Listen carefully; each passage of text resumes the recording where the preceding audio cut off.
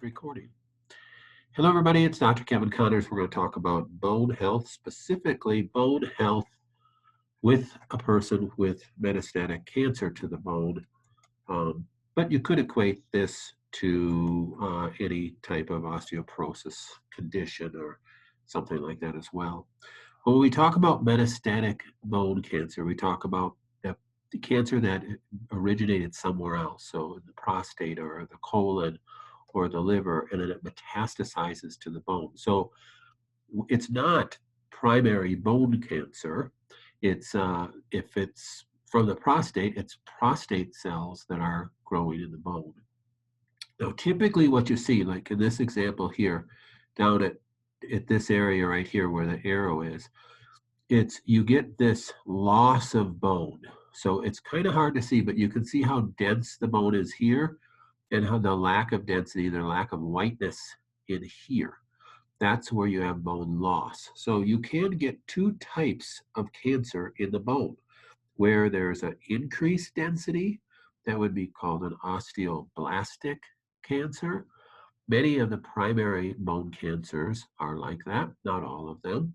Or you get an osteoclastic bone cancer, meaning the bone is eroding away, it's getting eaten away.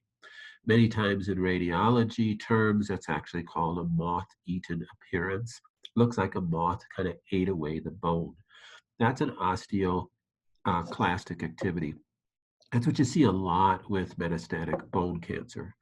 So you see this loss of bone. Now, the danger of the loss of bone is you have an increased risk of fracture. So in this case, with this person's ischium eroding away, that's down where this person would sit down, you could easily have a fracture down there. Well, is that a weight-bearing area right there? Well, not necessarily weight-bearing, but it serves as a source of muscle attachment, as all your bones do. So not only are they structural, holding you up, they serve as muscle attachment, and you're going to have all sorts of problems because of that bone loss. Now, even with this much bone loss, the person still has bony attachment there and still has calcium there. But with all that bone loss, your risk of fracture goes way up and morbidity goes way up. And certainly this person would most likely have a lot of pain in the bone at that time, right there too. Sometimes it's difficult to see metastatic metastasis to the bone on plain film x-rays. This is what's called a plain film x-ray. You really have to have about 50% loss of calcium in the bone matrix to really be able to see any metastasis of the bone. So sometimes it's difficult to see. You have to ascertain via a CT scan or an MRI, which will be much more accurate when we look at this. Some of the issues that we have with treating it is, so possible treatment would be, if you go to your medical doctor, they're going to put you on some reclassed drug, which can give some stability to the bone. So there is some benefit in going on Zometa.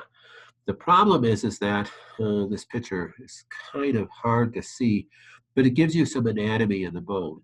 The outside of the bone, this outside layer of the bone that goes all the way around the bone, is called the periosteum. And then this inside matrix of the bone here is called the endosteum. That's the center of the bone. Here's a better picture of that matrix here. So that matrix is where fibrostatic tissue and where calcium and minerals will lie in here and give strength to the bone. So your strength to the bone as far as weight-bearing strength comes from that center part, the endosteum, that matrix of the bone. The problem with Zometa and Reclast is that all it does is it strengthens up the periosteum of the bone here and not the inner part of the bone. And the issue with taking it with somebody with osteoporosis, I'm not a fan of it for somebody with just generalized osteoporosis, because when you strengthen the outside of the bone, it's like wrapping it with saran wrap, you can't, that's really what this drug does. And then you can't get calcium, magnesium, and other minerals inside of the bone to strengthen the endosteum. And in truth, the calcium is going in and out of the bone all the time. And the calcium serves as a way to help balance your blood and your pH of your tissues. And calcium in the tissues is actually going to alkalize the tissues. So when you use a drug like this, you do increase the periosteum. And the benefit of that is that if I do have bone cancer, at least I'm getting some strengthening of the outside of the bone. The negative is I can't even get the calcium that is circulated in my blood inside of the bone because I've just wrapped cellophane or saran wrap around the outside of the bone. So it's kind of a catch-22. If you could, if you could uh,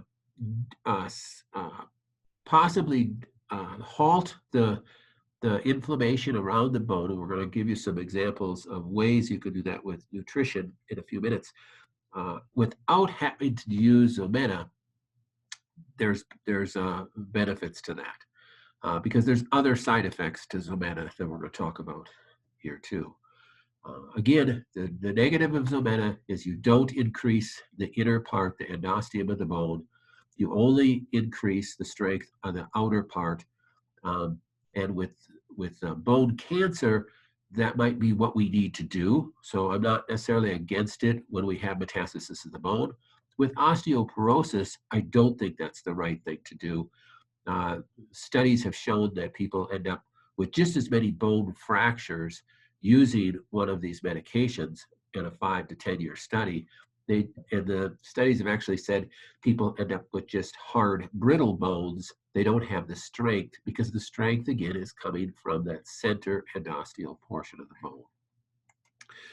One of the questions that a person had is, this person is having kidney stones on Zometa, and can that be a cause of kidney stones? Well, there was an FDA warning, I think this came out in 2011, about Reclast, which is the same thing as Zometa, that it can cause kidney disease. So you might want to look into that with any type of kidney issues being on Zometa for sure.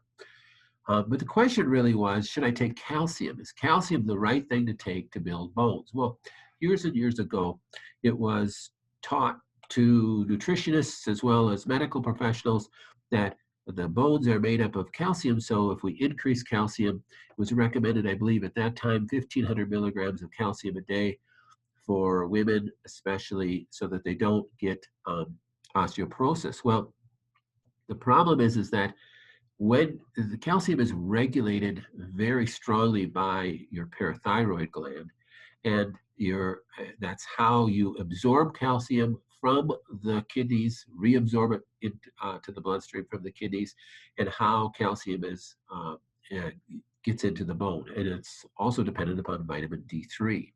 So the taking a lot of calcium is not the right thing to do. Matter of fact, taking too much calcium can increase the calcium deposits in your arteries and increase heart disease. And matter of fact, there's a couple books out on calcium and just its increase in heart disease and how women, when they were taking calcium, multiple studies have proven this, high doses of calcium, what they were told to take 1,500 milligrams a day, all they did is increase their risk of heart disease, and heart attacks went up and calcified arteries went up tremendously. Really what we want to do is look at your blood calcium levels. So if your blood calcium levels are normal, so when we're young, our blood calcium levels should be a little bit higher than when they are now. So as we age, our blood calcium levels actually go down. But what we see in patients with metastasis to the bone is we see a blood calcium level that spikes up here out of the normal range. So if I have metastasis of the bone, remember back at this slide, it's usually going to be metastasis where bone is eroded away. And if bone is eroded away, calcium is going to spill into the bloodstream. And when it spills into the bloodstream and I do a calcium test, my calcium is high normal or above normal. And many times that is the first indication that the person has metastasis of the bone. So if the person already knows they have bone cancer or already knows that they have cancer, let's say I already know I have prostate cancer, and I go get a normal blood test and it reveals that I have excess calcium in the blood, that's a bad sign. That can tell us that we have some eroding of the bone somewhere. Well, I don't have any pain anywhere. Well, it'd be a good idea to start searching for if there's any bone metastasis. What's a way to do that? A PET scan is probably the most appropriate place to start if you don't have any pain. But let's say I have really bad pain in my left rib cage. Well, then maybe an x-ray of my left rib cage would be a less invasive way to start, because an x-ray, though it's not going to be as sensitive as a CT scan or a PET scan, it's going to be less invasive because I'm only doing one or two pictures instead of a CT scan, which is equivalent to about 50 chest x-rays. So you're trying to stay on that least invasive way to diagnose something. First step would be a blood calcium level, and then a second step would be, do I have pain anywhere? Let's take an x-ray of that area that I have pain. But a person might be at a pre-pain state of where that metastasis is, and then you'd have to look at a PET scan or something like that. So normally your calcium is it's kind of hard to see this picture, but this is supposed to be a bone right here. Calcium is going in and out of the bone to help balance blood pH. Blood balances pH of the tissue. Your bones are living organisms, living organ systems, better stated maybe. They're not just these hard, brittle things that are just holding us up. Uh, and then what can happen in our body is that if we end up with metastasis of the bone, we are actually going to spill more calcium into the blood, and we're going to have elevated blood calcium levels, and we're going to have a decrease calcium in the bone itself. And that's what usually we see with metastatic cancer. So another question that this person had is, can Zometa be a cause of kidney stones? Well, I didn't see a lot of literature that Zometa could cause kidney stones, a lot of literature about Zometa causing kidney disease. And I think it's mainly secondary. So let me explain a little bit again. So if your blood calcium is low to normal, I don't think you should be taking, or you can take calcium. So if your blood calcium is low to normal, should I take calcium? The answer is yes. That's a possibility. I'm not even saying that you should take calcium, but that's a possibility. If your calcium levels in your blood are high normal to high, then I don't think a person should be taking extra calcium. Because remember, this is the bone here, and you are taking Zometa, so it's making the bone, the outer part of the bone, harder and more dense. If you take more calcium in your diet, the calcium is not going to be able to get into the bone. Again, that's part of the problem. That's a secondary issue with Zometa. So you are going to have excess blood calcium, possibly from that. But that should spill into the urine, and that should be exited out of the body in the urine. But by doing that, going into the urine, going into the has to go through the kidneys, right? So this is where the secondary effect of taking Zometa can cause kidney stones. You're going to have excess calcium in the kidneys. Excess calcium in the kidneys can end up causing kidney stones. Now, most of the time we talk about kidney stones, we're talking about oxalates, and we're looking at a person's oxalate genes. So if you have defects in your oxalate genes, the chance that you are going to get kidney stones is highly documented in literature, that your risk of kidney stones and kidney issues goes up. But here we're not so much concerned about oxalate levels, we're concerned about excess calcium from the bone itself because of the tumor progression. So what are you supposed to do? So if taking calcium isn't necessarily the right thing to do, what is the right thing to do? Well, before taking calcium, you have to treat the inflammation that's there. Well, of course, I said first treat the cause. So if you know that you have cancer, you know you're dealing with the cancer every way you possibly can from a natural perspective or whatever you're trying to do. But secondly, you want to decrease the inflammatory cytokines at the site of the bone. So again, when you have any issues with the bone, that's supposed to be a bone here, and you have increased inflammation of the bone here, uh, because of the cancer, and it's breaking down the bone, and you got calcium leaving the bone here because of the breakdown, you have all this inflammation that's taking place here. What's really there are inflammatory cytokines. Most commonly are the IL-6 cytokines. IL-6 is a interleukin 6 that's very inflammatory whenever you have bone disease or metastasis to the bone. And there's certain things that have been proven to decrease IL-6. Well, one of them is EGCG from green tea extract. That's what Tivago is. So Tivigo, is what the first thing you should be taking. 3 to 6 of these a day at least to try to decrease the inflammation at the bone. Curcumin has been shown to decrease IL-6 levels, as well as there are other natural anti-inflammatories that are out there, the ginger and nettles, because you're really trying to decrease this inflammation at the outside of the bone to decrease the cancer. So the general thought is, well, boy, I'm losing calcium in the bone, so I just need to take a whole bunch more calcium. Don't jump to that right away. Look at your calcium levels. So we want to look at the blood calcium levels first and determine whether we want to add calcium or not. Because if our blood calcium levels are high, it makes no sense to just throw more calcium into the mix. If our blood calcium levels are low to normal, to low normal, then it makes sense that maybe we want to add some calcium and other minerals, zinc and magnesium and selenium and things, to the mix to help to make sure there's enough minerals to be able to mineralize the bone. But making sure you get that blood calcium level checked is the most important thing. Okay, let's open it up to questions. I will unmute everybody. And if you have any questions, jump right in. I have a question. I'm wondering, when a cancer patient is that's had lymphoma is getting close to the 6 months from being at the clinic and has been doing the upside down coffees and the supplement protocol and all the things that were mentioned at the time of being at the clinic, what would be the indications from that time period? What would be the indications to show that, that you've gotten through the lymphoma? So with lymphoma,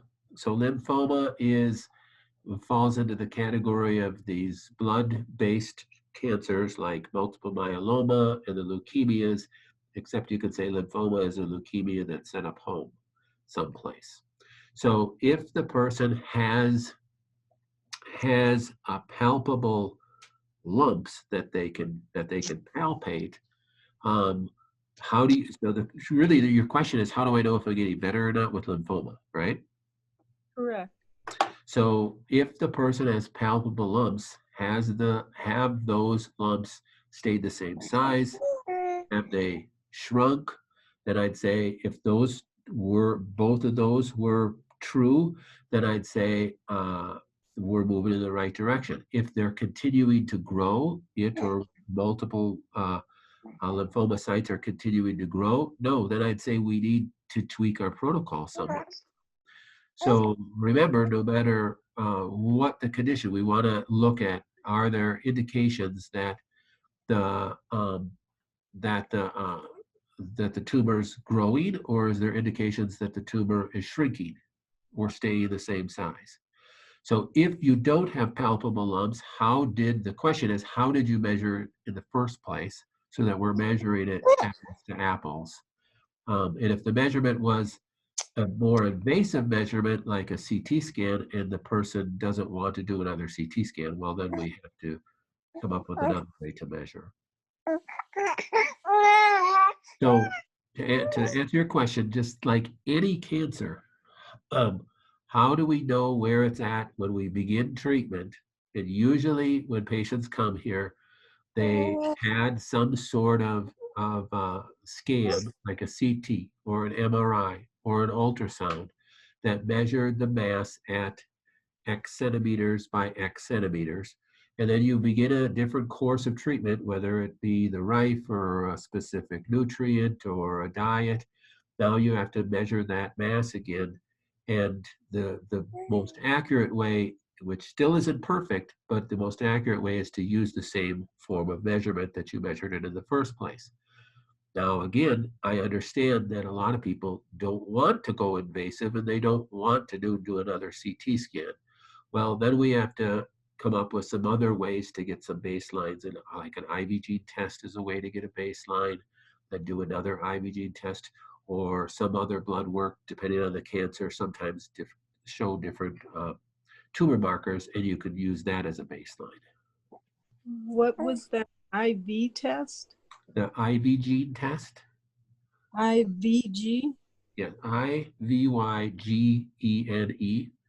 So go on our website to the blog, then search IVGene, IVYGENE, one word. And I have several posts with several videos on that.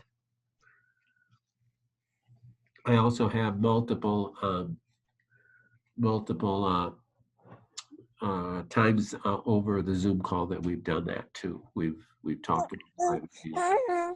So you could search the Facebook page too for IVG. You'll probably Well, the thing that I noticed is the lymphoma in my neck has stayed the same. It hasn't gotten worse and it hasn't seemed to get, less. It just kind of stays there. Yeah, sometimes a lot of times with lymphoma, that's what's going to happen. And the whole idea with cancer, you see that very commonly with breast tumors too. Um, they don't shrink. Sometimes they do, but lots of times they don't. They just are okay. If it was 4 centimeters by 5.3 centimeters 6 months ago, and it's still 4 centimeters by 5.3 centimeters, it's not growing. That's a huge win. So that is the definition of cancer is rapidly replicating cells. So if we can keep those cells from rapidly replicating, we're winning. So um, you got to think of it that way. I know as a human, we just go, we want it to be gone. We don't want to feel my breast or feel that lump and feel that still there, or think that that's an evil thing that's there. And I understand that line of thinking, but we also got to just be understand what cancer is, and that we want to just, I gotta mute you so I can hear. Just we understand what cancer is and that it's rapidly replicating. If we can just stop it from rapidly replicating, we are in a state of remission. So that's what the goal is. So then, is there a time that it should go down, or is there, I is wish that you could. something? I wish you could say that. There's times that no, it's never going to go away. So, and I use a story of a patient that came to me about 12, 15 years ago, maybe. She had multiple uh, cancerous lesions in her lung.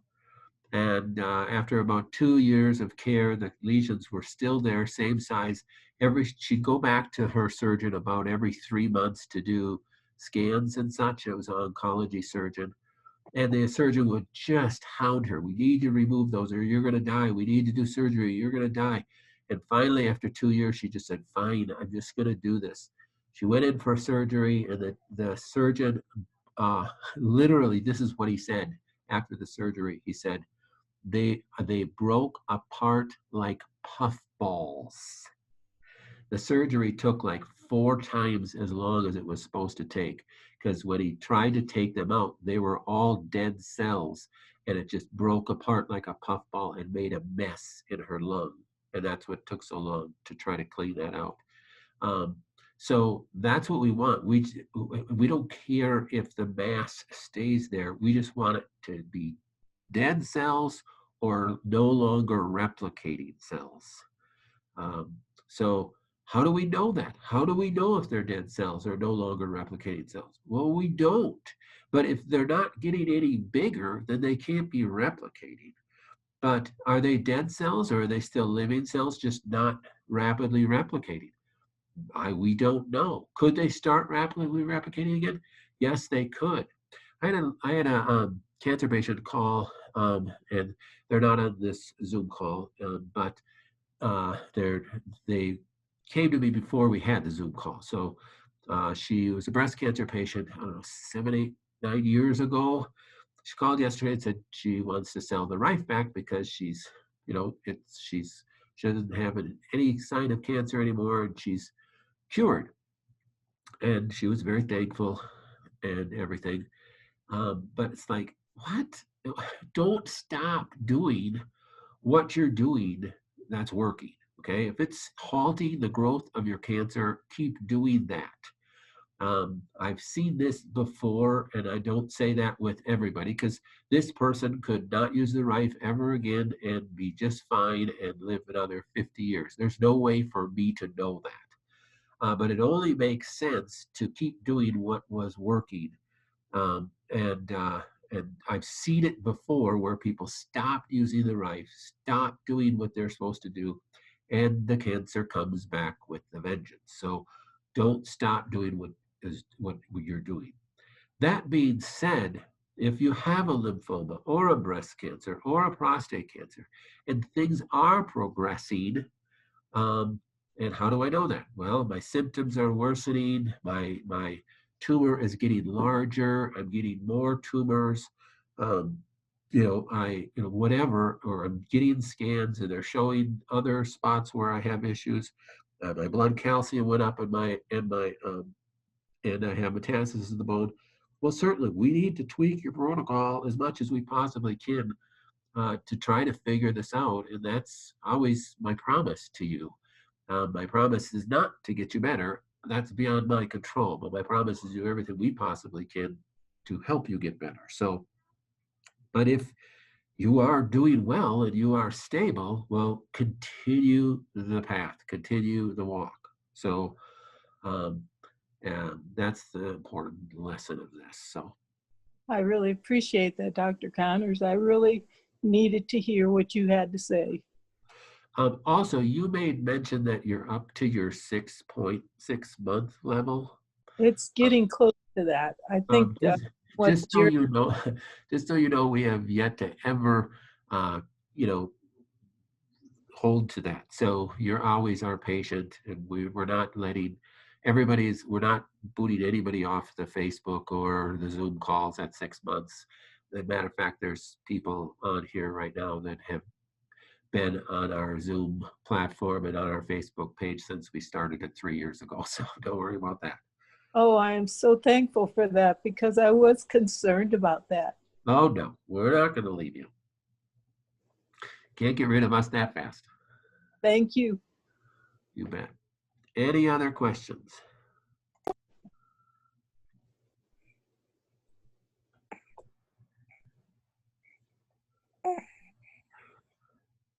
All right. Well, Hi, this is Dennis. I have a question. yes, Dennis. A couple questions. First of all, my calcium level is 10.0, but I have been taking a good amount of calcium bone builder. So is that still in the okay level, or should I hold back on the calcium? What do you think? I would I would hold back on that because you're at the high normal level. Right. And so if you were not having any kidney issues, no kidney stones, no issues with there, I'd say, well, you could probably keep doing what you have been doing. But as soon as a person starts having any kidney issues or kidney stones, it's like, okay, we gotta take a step back and look at this again. Okay. So again, Yeah. your bone calcium levels are almost never if I have low bone calcium levels, as in osteoporosis or in bone metastasis, so I'm losing calcium in the bones, it's almost never because of low blood calcium levels. Unless the person is just completely malnourished, and doesn't eat anything, it's not anybody in the United States probably, but it's so why should you take calcium? Well, if you're in the low levels, low normal, then yes. If you're in the high normal to high and you have kidney issues, I'd back off on that. Okay. Of course, my doctor put me on Zometa, so he wants me to take calcium, he says, to support that. So maybe, I don't know, maybe I'm just getting too much calcium. Yeah, and I would just ask to have your blood calcium levels monitored more tightly, maybe once every couple weeks even to begin with. Oh, okay. And then I did the genetics test. Can I email the office to find out if I have the oxalate defect or that one you said about? Yeah. I'll just email the office and I will have whoever did it. Was it Ann or Ashley? I don't remember which one did. Okay, so whoever it was that was your liaison, I'll have them look those up and get back to you. All right, thank you. All right. All right. Well, thank you guys. We will see you again next week. Have a blessed weekend. And I appreciate being on the call. Thank you.